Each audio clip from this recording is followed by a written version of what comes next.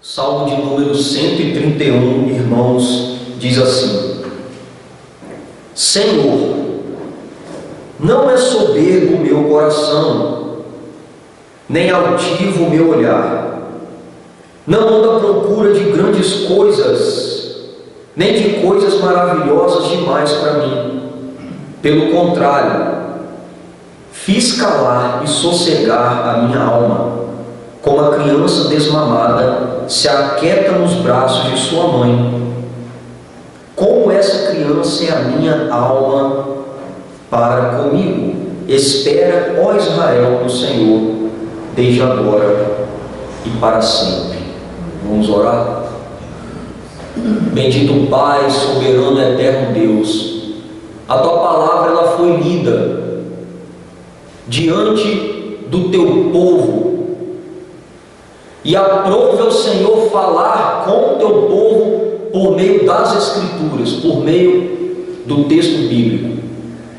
Em nome de Jesus, ó Pai, que o Senhor possa falar poderosamente aos nossos corações, que o Senhor nos abençoe, ó Pai, ilumina a nossa mente, o nosso entendimento, para que possamos compreender o texto bíblico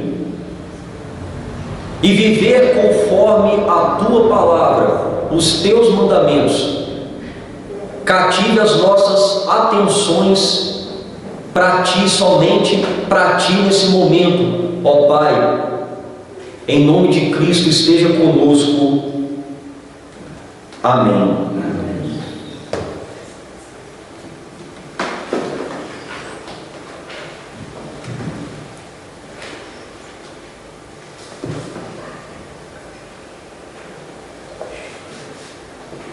O homem leva a sua simples contribuição ao culto no templo. É uma profissão de fé, adoração, submissão. Esse homem descobriu o valor da confiança silenciosa em Deus e a tolice do orgulho arrogante. Ele não se preocupa com coisas que estão além da sua capacidade, como disse Hannah Warren. Não tem aquela vontade agitada que vai para cá e para lá, buscando algo para fazer ou algo misterioso para saber. O livro dos Salmos são cânticos acompanhados por instrumentos de corda, um livro de poesia que demonstra os sentimentos dos salmistas e também de todo o povo em relação a Deus, e também os sentimentos de Deus e a própria palavra de Deus em relação ao povo. Esse livro que foi organizado em 5 livros menores, e dos 150 salmos, o salmo de número 131 está no 5º e último livro, numa coleção chamada Salmos de Romagem, os cânticos dos degraus ou cânticos de subida. É uma coleção de salmos que tem aqui, onde lá nessa época o povo ele ia cantando, ele ia caminhando até Jerusalém para os dias de festas, e eles iam uma vez por ano nas festas anuais e na adoração no templo lá em Jerusalém, e cada passo dessa jornada, dessa caminhada, representava um resgate de preciosas lições acerca do relacionamento do povo para com o seu Deus. Eles iam caminhando, cantando, adorando, utilizando os cânticos de romagem. O Salmo 131 que lemos é um hino que, segundo Mark Futato, é compostos para momentos em que tudo estava bem.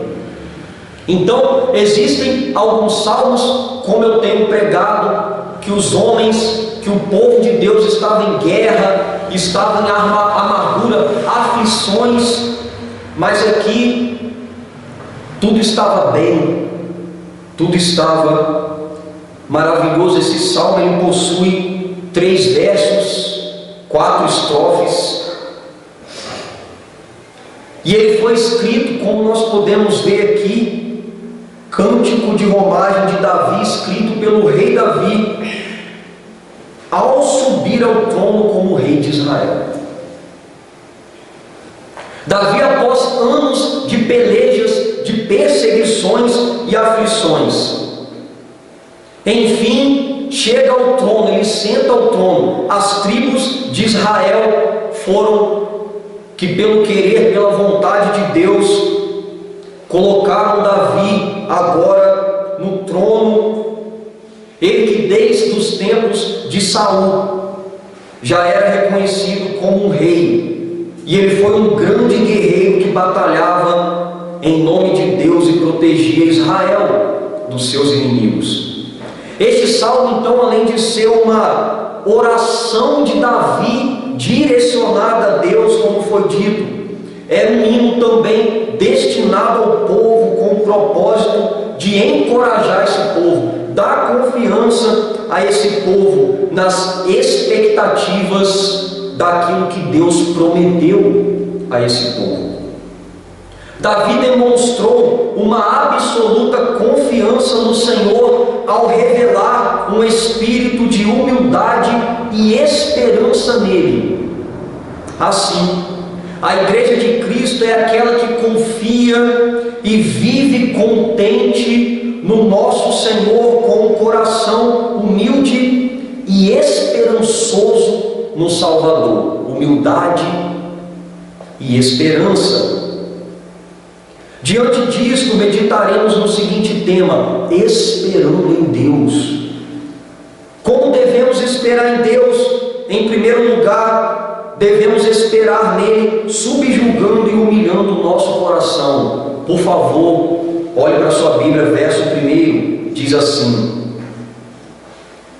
Senhor, não é soberbo o meu coração, nem altivo o meu olhar.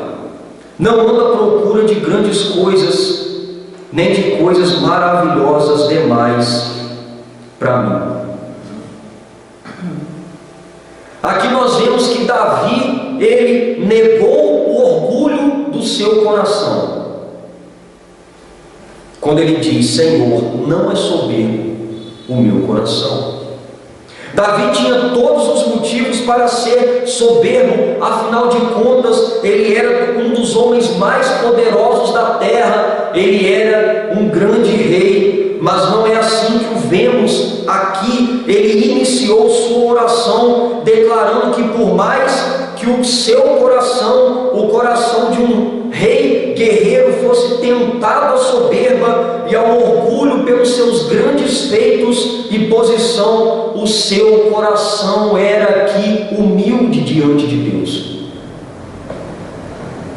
Ele estava ciente que não ele, mas o Senhor guerreava por ele e o fez ascender ao trono.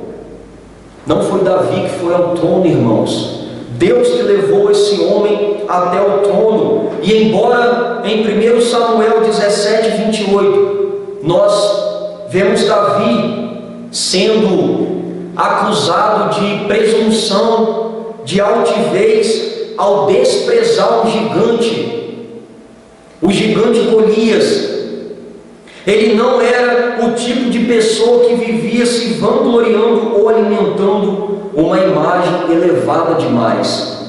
Até mesmo a queda de Golias, ela foi primariamente causada pelas poderosas mãos de Deus. Ele tinha consciência que era o orgulho que conduzia os homens, instigados por suas paixões, a realizarem feitos arrogantes, se opondo ao próprio Deus. Então Davi aqui, ele negou também o orgulho na sua percepção, quando ele diz: nem altivo é o meu olhar, na sua percepção.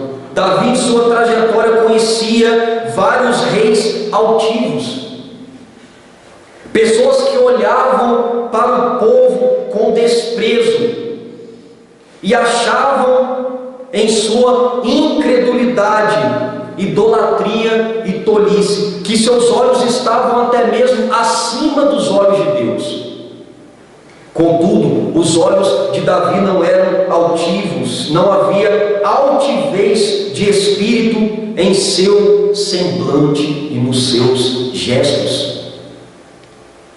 Ele freava a ambição do seu coração, cuidava para que os seus olhos não cedessem às cobiças do coração em quaisquer ambições por grandeza. Estava ciente do perigo da altivez no olhar, como diz Salmo 101, 5. Ao que as ocultas calunia o próximo, a esse destruirei, e o que tem olhar altivo e coração soberbo não suportarei. E Salmos 18, 27 diz: porque tu salvas o povo humilde, mas os olhos altivos tu o abates. Davi também negou o orgulho nas suas ações, no seu coração, na sua percepção, na forma de ver o mundo e também nas suas ações, quando ele diz: não ando à procura de grandes coisas, nem de coisas maravilhosas demais para mim. É o que o texto está dizendo.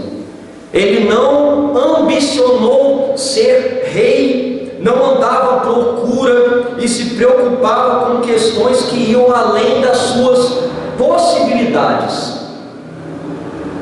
Ele não buscava façanhas heróicas como aqueles reis antigos, exploradores, conquistadores e opressores que rivalizavam com o próprio Deus. No entanto, ele reconhecia sua pequenez e confiava no Senhor. O que são essas coisas maravilhosas nas quais ele escreveu aqui? Ele está dizendo que eram coisas difíceis e extraordinárias de serem realizadas, eventos excepcionais que evocam uma reação de louvor do que os assiste, os grandes feitos de Deus, e que somente Deus pode fazer. Os homens a todo momento eles querem ser louvados pelos seus grandes feitos quando eles andam sobre a face da terra, mas porém o rei Davi aqui está dizendo que esse louvor, que essa glória pertence a Deus, embora que ele fosse rei e fosse poderoso. Ele jamais tentou, como os reis ímpios, se elevar a uma posição divina, como por exemplo, muito tempo depois os imperadores romanos diziam que eles eram poderosos e deuses, exigindo adoração daquele povo, pois sabia que Deus é soberano e inatingível, como diz Salmo 139:6. Tal conhecimento é maravilhoso demais para mim, é sobremodo elevado, não posso atingir. Davi foi um rei que esperou humildemente em Deus, subjugando e humilhando o seu coração perante ele. O coração orgulhoso, a altivez de espírito derrubaram, meus irmãos, Satanás das regiões celestiais e também os nossos primeiros pais no Éden. A Bíblia nos mostra que o orgulho é a raiz dos males que afeta o coração da humanidade. Embora muitos de nós não conheçam reis pessoalmente dizendo, você pode ter certeza que vocês conhecem pessoas que acham que tem um rei na barriga. Essas pessoas negam a Deus a todo momento com suas vidas impiedosas. O orgulho inundou seus corações a ponto de dizerem: estou vivo graças a mim, eu não preciso de Deus para viver, eu não preciso da sua palavra, eu não preciso da igreja de Cristo, eu não preciso das pessoas, eu faço aquilo que eu achar melhor. quando eu quiser, a altivez dos seus olhos os impedem de ver a miséria de suas almas. Seus ventres são os seus ídolos, o seu ego é o seu próprio ídolo, e todos são os seus pensamentos. Suas vidas se reduzem à busca do poder, fama, grandes feitos. O mundo está cheio, irmãos, de pessoas assim. Ao contrário desses, o povo de Deus é conhecido como um povo que tem um coração contrito, arrependido e quebrantado, moído. O povo de olhar humilde, que abandonou a vida soberba, a altivez do olhar e vive exclusivamente para a glória de Deus em tudo aquilo que esse povo faz, esperando nele a cada momento.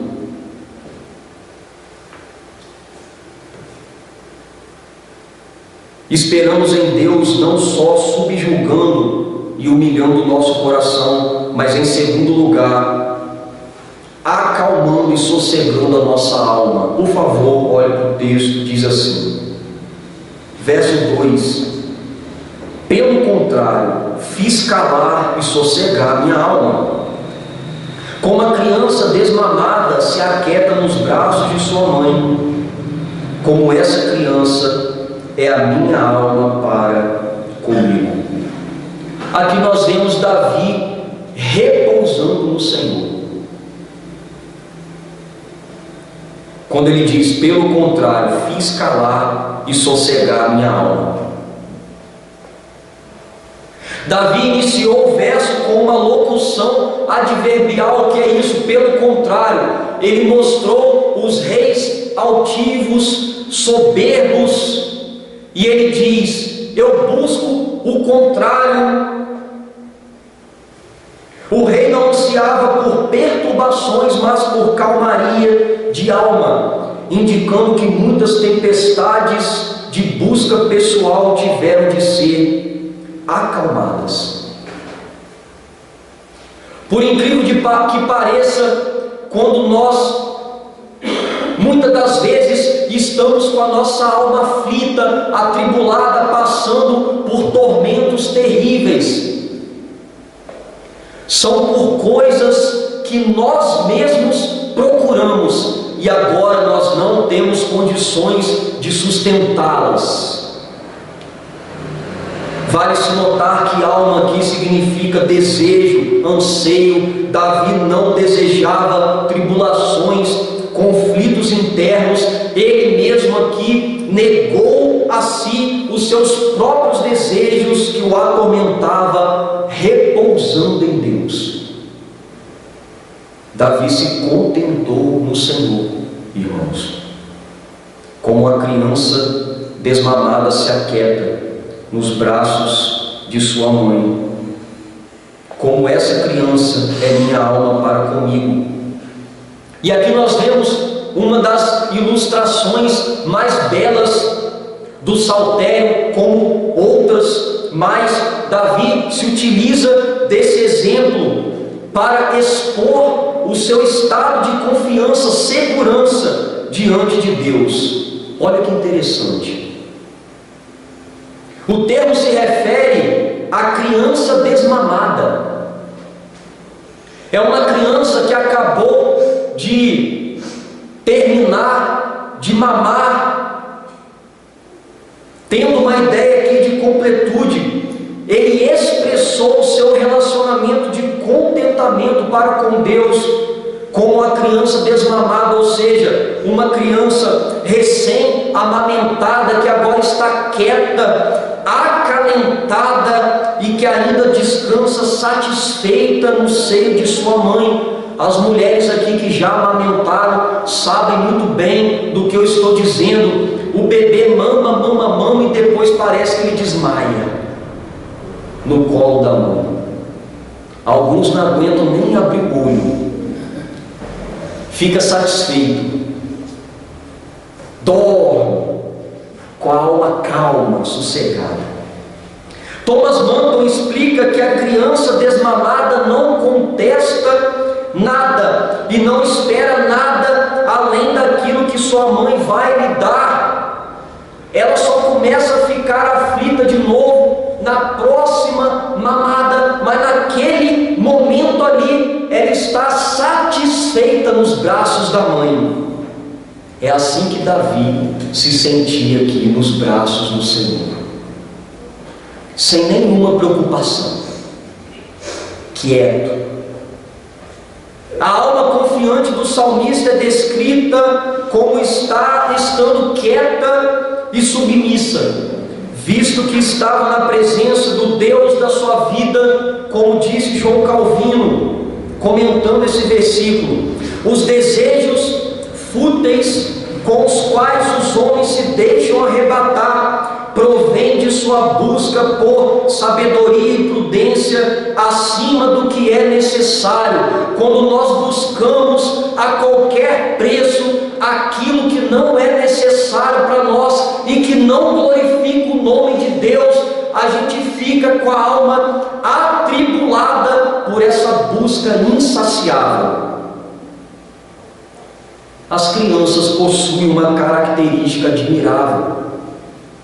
Elas são muito mais dependentes, confiantes e despretensiosas que os adultos, tanto é que Jesus se referiu a elas da seguinte maneira em Mateus 18:3: em verdade vos digo que, se não vos converterdes e não vos tornardes como criança, de modo algum entrareis no reino dos céus. Aqui ele não está dizendo que o adulto vai ter que voltar a ser criança, fisicamente dizendo, mas que o adulto deve ter uma fé, uma certeza inabalável em Deus, descansar a sua alma em Deus, caminhar confiando e contente, satisfeita nele, de tal maneira semelhante às crianças têm com seus pais.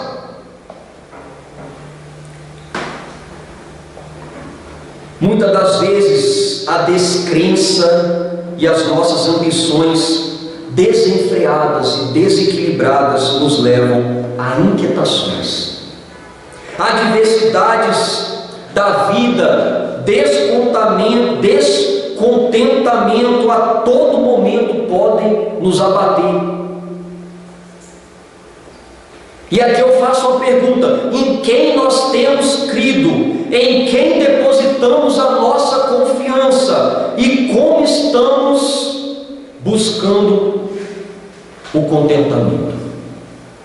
A igreja de Cristo é aquela que, diante as mazelas da humanidade, as calamidades da vida, repousa nos braços do Pai e vive contente nele, porque sabe em quem tem crido e deposita a sua confiança, como diz aquele hino: eu sei eu tenho crido, estou bem certo que Ele é poderoso.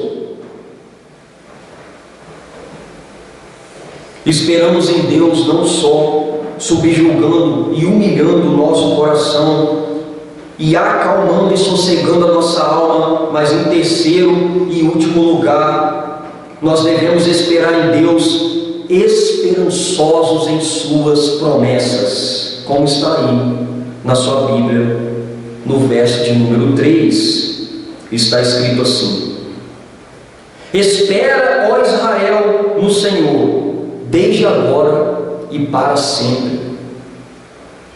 O verbo espera aqui, no modo imperativo, isso nos mostra tanto uma ação intensiva. Ele espera urgentemente e de maneira imediata. Davi convocou todo o povo a não apenas esperar em Deus, mas ter uma esperança urgente nele. Uma esperança não em homens, em reis, em falsos deuses, que a todo momento buscava subjugar aquele povo, porém uma esperança segura no único e suficiente Deus verdadeiro. Nós não devemos depositar a nossa esperança maior nos homens, em ídolos que nada podem fazer por nós, mas no Deus que pode agir por nós quando Ele quiser e da maneira que Ele quiser. Davi aqui faz isso. Ao terminar sua intensa oração de forma segura, coletiva e paternal, agora ele ora pelo povo, ele ora pelo nome do povo, ele ora em clamor. Diferentemente dos reis egoístas e indiferentes para com seus súditos, Davi refletiu o caráter de Deus e orou por Israel como um pai ora por seus filhos, de maneira atenciosa, amorosa. Era como se ele estivesse dizendo: assim como eu estou aqui assentado no trono, todos vocês também devem estar por todo o reino. E justamente por Davi rejeitar um espírito de ambição carnal e lançar todas as suas ansiedades sobre os pés do Senhor, todo Israel deveria fazer o mesmo, e em todos os tempos.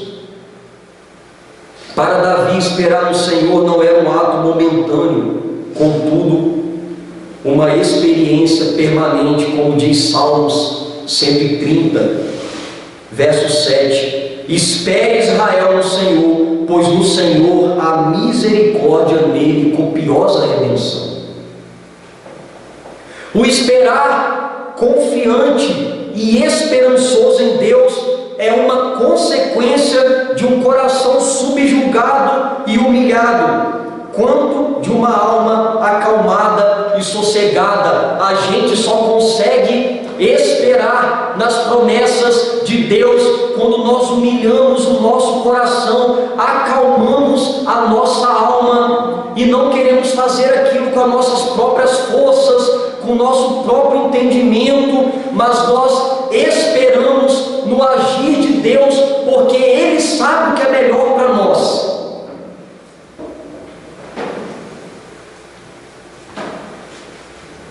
Os que esperam em humildade, com fé no eterno Rei, que sucedeu o trono de Davi, o nosso Senhor Jesus Cristo, por sua graça foi salvo. Nele há misericórdia para nos salvar e nos fazer caminhar seguros com Ele por toda a eternidade. A ansiedade, o espírito acelerado, apreensivo, corações conturbados, buscam nos atormentar todos os dias. No entanto, o amor do eterno Rei de Israel é que nos faz perseverar. Crescemos na fé e no amor pela esperança que vos está preparada nos céus. Devemos ter essa esperança daquilo que o Senhor tem preparado para nós, da qual antes ouvistes pela palavra da verdade do Evangelho, Colossenses 1:5, a todos aos quais Deus quis dar a conhecer qual seja a riqueza da glória desse mistério entre os gentios, isto é, Cristo em vós, a esperança da glória, Colossenses 1:27, aquele que tem um coração subjugado, humilhado diante de Deus, a sua alma sossegada e espera confiantemente no Senhor, são aqueles aos quais Deus chamou, deu a fé, o arrependimento e crer no Senhor Jesus Cristo para sempre, até o dia que Ele retornará e irá satisfazer de maneira completa todos os anseios do nosso coração. Diante do que foi exposto, irmãos, o texto nos apresenta alguns desafios. Independentemente daquilo que você está passando, daquilo que você está vivendo e como você está vivendo, espere no Senhor, se humilhando a cada dia na sua presença, pedindo em oração que Ele quebre qualquer tipo de orgulho que há em ti. O único que pode estilhaçar orgulho e resquícios de soberba e de orgulho no nosso coração é o próprio Deus. Clame, peça, ore por isso. Faça isso diante de Deus, confessando e deixando pecados, crendo que Cristo pode tratar todas as mazelas do seu coração. Segundo, espere no Senhor sendo contente e descansando nele, como diz o Provérbios. Confia no Senhor de todo o teu coração e não te estribes no teu próprio entendimento. O reconheça em todos os teus caminhos e Ele endireitará as tuas veredas. Provérbios 3, do 5 ao 6. Nós vemos uma humanidade, uma sociedade que pratica a todo momento, todos os dias, o pecado do descontentamento. As pessoas, a cada dia que passam, não conseguem se contentar com aquilo que elas têm, com aquilo que Deus está proporcionando para elas. Elas querem cada vez mais e vivam a vida completamente atribulada.